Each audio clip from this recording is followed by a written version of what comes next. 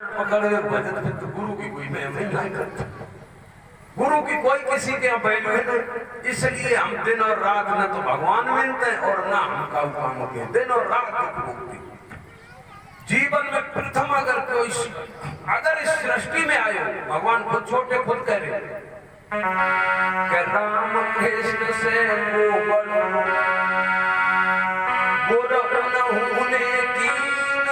तीन लोक तारन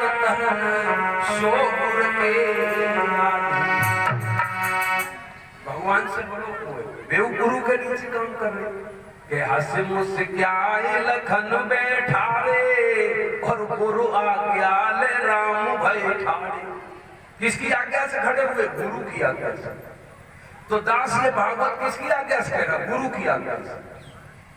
तो जब गुरु की आज्ञा लेके तुम खड़े होगे तो जिस मार्ग में जाओगे विजय करके लाओगे, पराजय होने वाली नहीं। लेकिन हम अपनी ताकत से विजय करो चाहते हैं।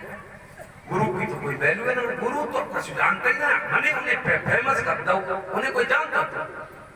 बताओ। ऐसी भावनाएं हो जब छेदन की तो तुम उपदेश क्या करे हो? जब तुम खुद ही चेला ना बन पाए तो तुम दूसरे चेला कहाँ बने? बोलो बोलो। आदमी जगह भाई पापड़ का जिंदगी में जुआ शराब खेलो, हमने हमारी सब बनमनसी हमने तब वैल्यू होने लगी। मतलब बाप से बड़े बड़े ध्यान रखना, चाहे राष्ट्रपति बन जाओ चाहे प्रधानमंत्री बन जाओ, बाप के लिए तो तुम बेटा हो, बहन के लिए तो तुम भाई हो, माता के लिए तो तुम बेटा हो। आप लोग सोच रहे होंगे हम आपके पैर छूते आपको सम्मान देते, ऐसा नहीं है। आपके लिए तो मैं बेटा हूं, चाहे गद्दी बैठता हूं चाहे और गद्दी बैठता हूं। आपका तो मैं बेटा ही हूं, चाहे जहां चला जाऊं चाहे जितना बड़ा सम्मान पाऊं, आपका तो बेटा ही हूं, भाई हूं। भाई आपसे तो हमारा रिश्ता जुड़ा है। भाई आपसे तो बड़ा नहीं बन गया ना हमारा। गुरु का तो मैं शिष्य हूं, कितना भी बड़ा बन जाऊं। गुरु शिष्य में दो मन होते ही नहीं। गुरु शिष्य गुरु के साथ, गुरु शिष्य के साथ। और गुरु की शक्ति ही शिष्य में होती है, गुरु की भक्ति और गुरु की कृपा वही जगह हर जगह प्रकाश दिखाती है। और गुरु है कौन? गुरु साक्षात पारब्रह्म तस्मै श्री गुरुवे नमः। भगवान श्री कृष्ण ही सबके गुरु है, सबके हृदय में भगवान श्री कृष्ण ही गुरु रूप में प्रकाश दिखा रहे। महाराज कथा पर आ जाइए, समय कम रहता है, बहुत सत्संग है लेकिन समय जैसा प्रभु देते अच्छा हो जाता है। जब गुरु का अपमान कर दिया तो राजगद्दी चली गई। ब्रह्मा जी के पास इंद्र रोता हुआ पहुंचा, मेरे ऊपर रक्षा करो, मेरे के ऊपर कृपा करो। और जब त्रायमान करके फिर भगवान से प्रार्थना करता तो भगवान फिर कहते हैं कि जाओ गुरु की शरण में। तो इसलिए गुरु को नहीं रूठने देना, बाकी सब कुछ चला जाए चला जाए। गुरु है तो सब है और गुरु नहीं तो कुछ नहीं तुम्हारे पास। और इसलिए हम भी अपने गुरु को साथ ही रखकर तुम गुरु मत मानियो, देख इन्हें नहीं हम छोड़े। सीधी बात, नाम भगवान की फोटो रखते नाम किसी और की, गुरु को साथ ही रखकर जहां जहां कथा का नहीं अपन बैठा है, क्योंकि गुरु को नहीं छोड़ती। बाकी सब कुछ छूट जाए काम चल जाएगा, गुरु छूट गया तो कुछ नहीं मिलेगा। अब यहाँ इंद्र ने गुरु का अपमान कर दिया महाराज। अब तो ब्रह्मा जी ने कहा हमने तुमको पहले ही समझाया था, जाओ किसी दूसरे विश्व रूप को तुम गुरु बनाओ। आज इंद्र विश्व रूप के आश्रम को आया, बड़ा ध्यान से सुनो बात मत। और विश्व रूप को देखो गुरु को बदल रहा है। सफलता मिले तो एक ही से मिल जाए और ना मिले तो 10-20 दिन ना मिले, क्योंकि कमजोरी तुम्हारी है तो दूसरे की थोड़ी ही है। सफलता भी तुम्हारे ही आत्मविश्वास से होगी और विफलता भी तुम्हारी कमजोरी से होगी। तुम्हें अगर आत्मविश्वास एक पर है तो एक ही से पार हो जाओगे, चाहे जैसा हो।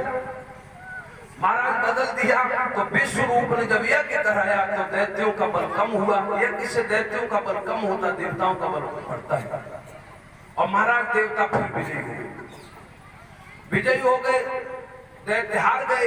पुनः फिर यज्ञ किया इंद्र ने, तो विश्व रूप एक काम करते थे, चोरी चोरी से मारे कि देवताओं की आहुति तो जोर जोर से डालते थे, आपने देखी हो खूब जोर जोर से जहाँ मंत्र मार्ग में तहाँ तो खूब का ओम भूर्भुवः स्वः स्वाहा, और जहाँ गड़बड़ है तहाँ का स्वाहा, फिर स्वाहा ही सुनाई दे। क्यों? आप समझ लियो इन गड़बड़ है, इन पे गड़बड़ है।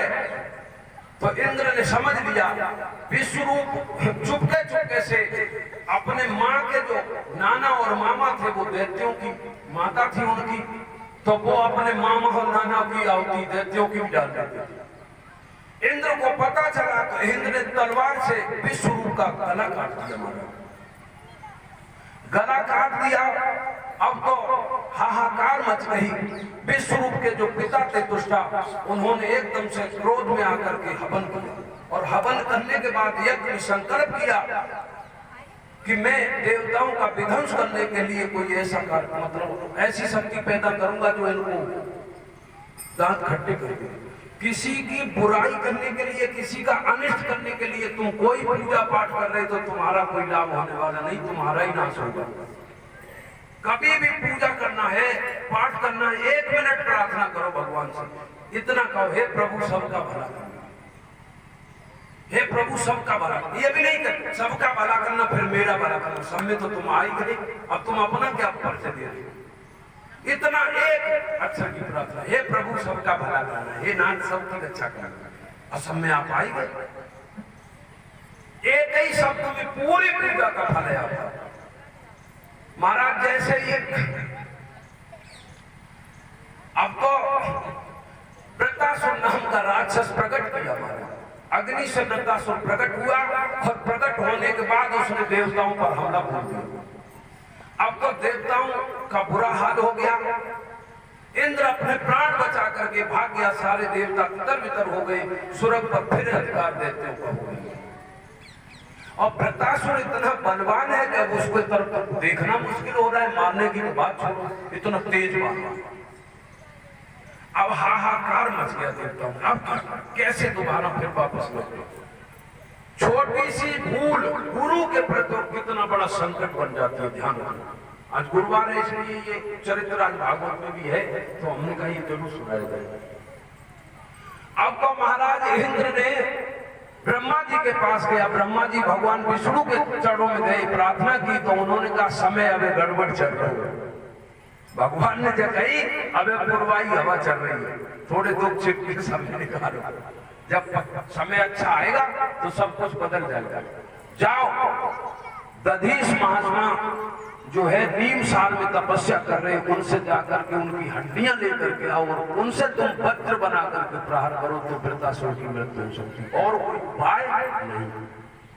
तो परमार्थ के कारणे शंतन धरो शरीर।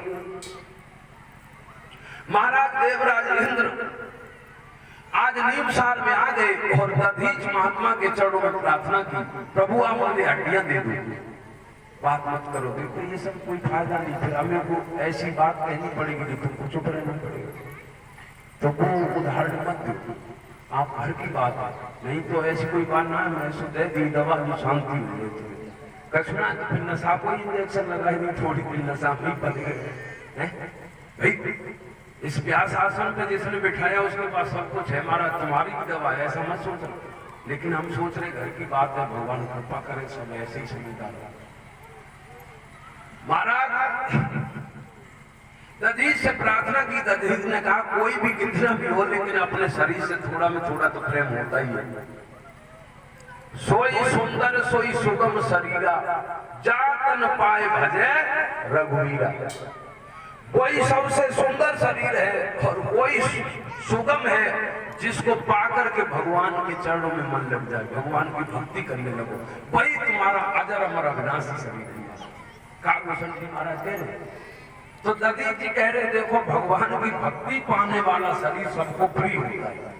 काकभूषण को भी प्रिय कह रहे, सोई सुंदर सोई सुगम शरीरा, जातन पाए भजे रघुवीरा। जिस तन को पा करके भगवान को भजता है वही सबसे सुंदर और अच्छा शरीर है। लेकिन जब आप आए हो तो महात्मा का धर्म क्या है, ये ध्यान रखना। आपके पास कोई आए तो आप उसको अपना प्रवचन मत सुनाओ, उस क्षण ये सोचो कि मेरा धर्म क्या है, कि क्या बनता हमको करनी चाहिए, उतना विचार करो तो आप बिल्कुल सुरक्षित हो। अब तो महाराज दधीच महात्मा ने कहा चलो तुम मेरी शरण में आए तो मैं तुम्हारा रक्षा करना मेरा वचन है। और उन्होंने अपने योग बल से अपने शरीर को त्याग दिया। देवताओं ने मांस को तो मछलियों को खिला दिया और हड्डियों को साफ करके सुखा करके अपने अपने